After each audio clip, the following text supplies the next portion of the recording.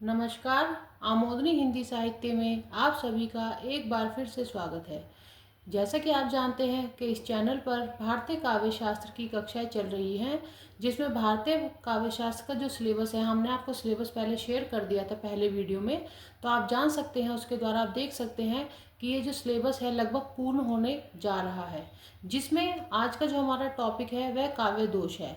अब तक हमने काव्य संप्रदाय के बारे में आपसे चर्चा की, काव्य के स्वरूप के बारे में, काव्य लक्षणों के बारे में, काव्य के भेद के बारे में हमने आपको लगभग सब कुछ बता दिया।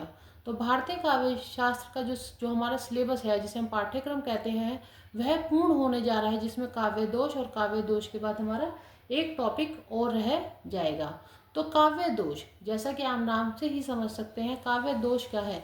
देखिए, काव्य दोष भी उसी अनुसार चलेगा जैसे हमारे भारतीय काव्य शास्त्र के अन्य टॉपिक चले थे, जिसमें हमने पहले आपको बताया था अलंकार संप्रदाय, रस संप्रदाय, उनका अर्थ हमने आपको बताया था। जैसे वक्रोक्ति संप्रदाय के बारे में हमने आपको बताया, काव्य का स्वरूप, उसका अर्थ हमने आपको समझाया, काव्य के भेद अर्थ समझाने के बाद फिर हमने आपको भेद बताए।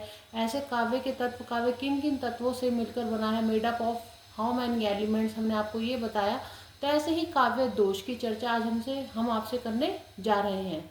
तो जैसा कि आप देख सकते हैं, काव्य दोष, दोष क्या होता है? किसी भी चीज में कोई कमी होना, काव्य में ही नहीं, वह किसी भी वस्तु में या किसी भी उसमें कमी हो सकती है।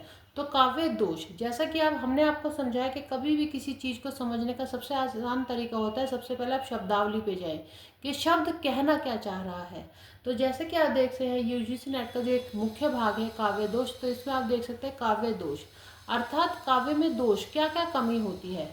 तो जैसा कि आप देख सकते हैं कि हमने आपको पहले भी हर उसकी विद्वान की परिभाषा तो बताना संभव नहीं होता, हम आपको बुक बताएंगे जिसमें से आपको तैयारी करनी होती है, किंतु अभी के लिए हमने जो परिभाषा ली है वह है आचार्य विश्वनाथ की, जो कहते हैं जो काव्य की रमणीयता में आकर्षक हो वह काव्य दोष है। दोषास्त स्याप आकर्षकः, अर्थात आचार्य विश्वनाथ कहते हैं कि दोषास्त स्याप आकर्षका का अर्थ है जो काव्य की रमणीयता में आकर्षक हो, अर्थात जो काव्य की रमणीयता को कम करता हो, उसको क्या क्या आकर्षण की जगह क्या करता हो, उसमें आकर्षक करता हो, वह क्या होता है? काव्य दोष होता है। ऐसे ही उद्वेग जन को दोषः, ये किसने कहा? वामन ने। वामन क्या कहते हैं कि उद्वेग जन को दोषः, अर्थात जो काव्य में उद्वेग उत्पन्न करे वह काव्य दोष है। तो हमने आपको बताया था कि दोष का क्या होता है? किसी भी चीज में कोई कमी का होना। तो ऐसे ही अलग अलग जो आचार्य उन्होंने अलग अलग बताया है कि काव्य दोष क्या है। हमने आपको विश्वनाथ के बारे में भी बताया, वामन के आचार्य वामन के बारे में मैंने आपको बताया। तो आगे बढ़ते हुए, तो जो काव्य में दोष है वो कितने प्रकार के हो सकते हैं? वह 5 प्रकार के हो सकते हैं। कैसे? वाक्य दोष, शब्द दोष, अर्थ दोष, छंद दोष और रस दोष। तो वाक्य दोष क्या होगा? जब वाक्य की रमणीयता में अपकर्ष हो। शब्द दोष क्या होगा? जब शब्दों की रमणीयता में अपकर्षत्व हो। अर्थ दोष क्या होगा? जब अर्थ की रमणीयता में अपकर्ष हो। छंद की रमणीयता में अपकर्ष होगा तो वो क्या होगा? छंद दोष होगा। वैसे ही आप आगे देखिए, हमने जो 5वां बताया है दोष, वो क्या है? रस दोष। रस दोष क्या होता है? रस की रमणीयता में अपकर्षण। तो देखिए, अब काव्य किन किन तत्वों से मिलकर बनाया था? याद आया आपको? हमने आपको बताया वाक्य, शब्द, अर्थ, छंद और रस, इन सब से मिलकर क्या बना था? विचार, कल्पना, इन सब से मिलकर क्या बना था? काव्य बना था। अब जब जिन एलिमेंट से बनके वो बना था, हमने आपको पहले की वीडियो में बताया था, देखिए इसका लिंक वहां पे जा रहा है। तो जब हमने आपको ये बताया, तो वाक्य की रमणीयता, जब वाक्य जिन तत्वों से मिलकर काव्य बना होता है, जब उनमें दोष आ जाता है, कोई कमी रह जाती है, तो वो क्या, उससे क्या होता है? काव्य में दोष आ जाता है, उसे क्या कहते हैं? काव्य दोष कहते हैं। तो काव्य की रमणीयता में अपकर्ष कैसे आता है? तो जैसे वाक्य दोष में, जब वाक्य में कोई कमी हो, पूर्ण वाक्य होता है, उसमें कोई अपूर्ण रह जाए या कोई भी गलत शब्द उसके बीच में आ जाए, तो क्या होता है? वाक्य की रमणीयता में अपकर्ष हो जाता है।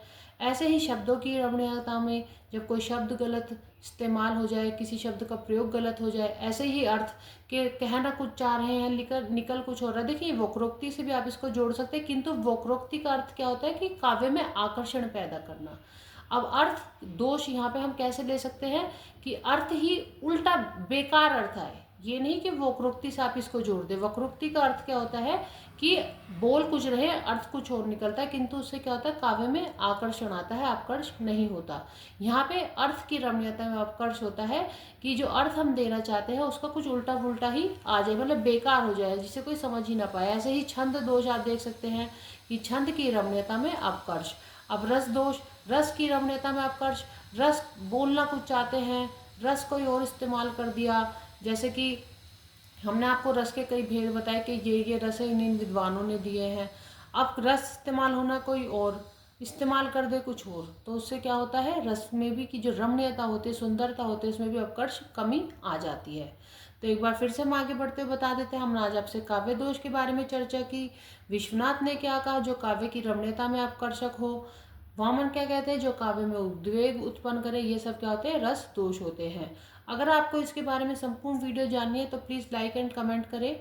कमेंट करके हमसे पूछ सकते हैं, हम आगे इस वीडियो में आपको आगे भी बता सकते हैं कि फिर वाक्य दोष में क्या है, शब्द दोष में क्या है, अर्थ दोष में क्या है, छंद दोष में क्या है, रस दोष में क्या है, ये हम आपको आगे समझा सकते हैं।